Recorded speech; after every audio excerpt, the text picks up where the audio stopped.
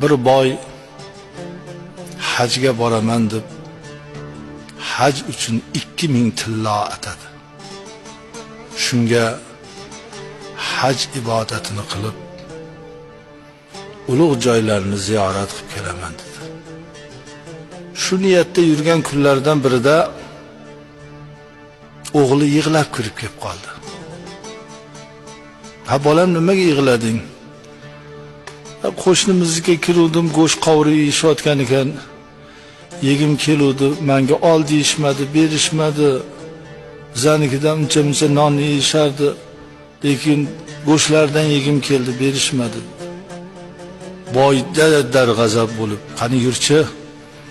Qo'shnisini eshigini tepib kirib, "Ha, go'sht yeb qoldinglarmi? Shu bolani qo'yni ketibdi go'shinglarga, uyda shuncha go'sht tursa ham, bir burda berib qo'ysanglar nima bo'ladi? Men qo'y so'yib berardim sizlarga." Qo'shnijon, 5 kun bo'ldi. Bolalarim bir burda narsa totmashgan. Bolalarim qarasam ochlikdan o'zlaridan ketishyapti.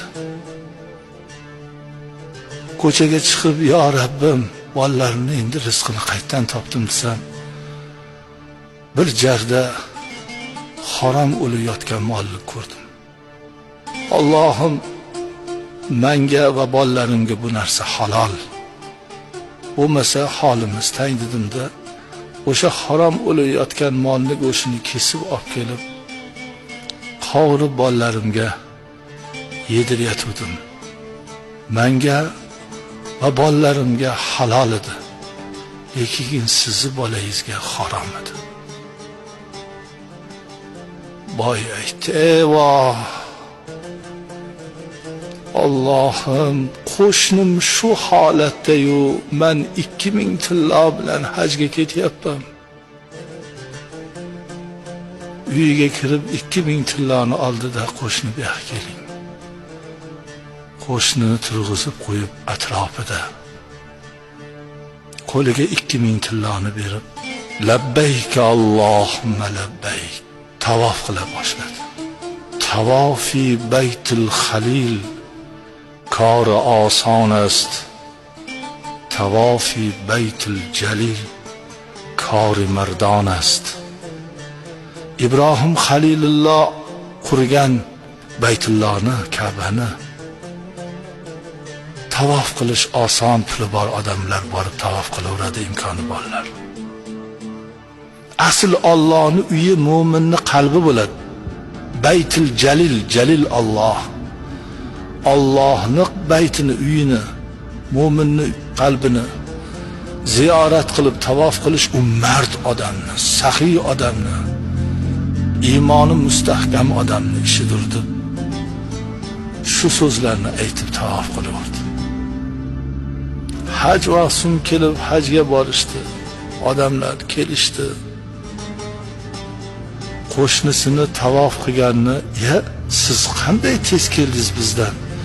Sizni tavof qilayotganlaringizni, Arafotda ibodat qilayotganlaringizni ko'rdik, lekin yo'lda ko'rmadik. Bizdan oldinroq kelib qolibsiz. Hajiz muborak bo'lsin" deydi. Ba'zilar 12 marta hajga borganman.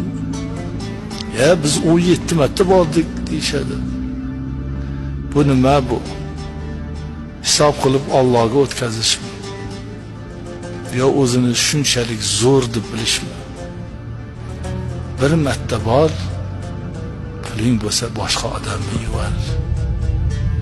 Yo bir g'arib yetimga kori xayriga ishlat. Agar qalbingda Allohning uyini tavof etish bo'lsa, Allohning uyini, mo'minning qalbini tavof qilish, Rumiy aytganlaridek har kimning qo'lidan ham kelaveradi.